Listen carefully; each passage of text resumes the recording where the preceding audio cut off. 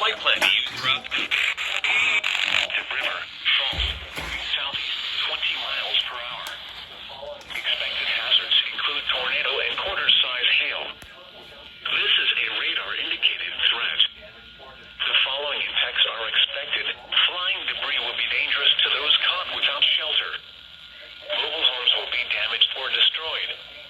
Damage to roofs, windows, and vehicles will occur. Tree damage is likely.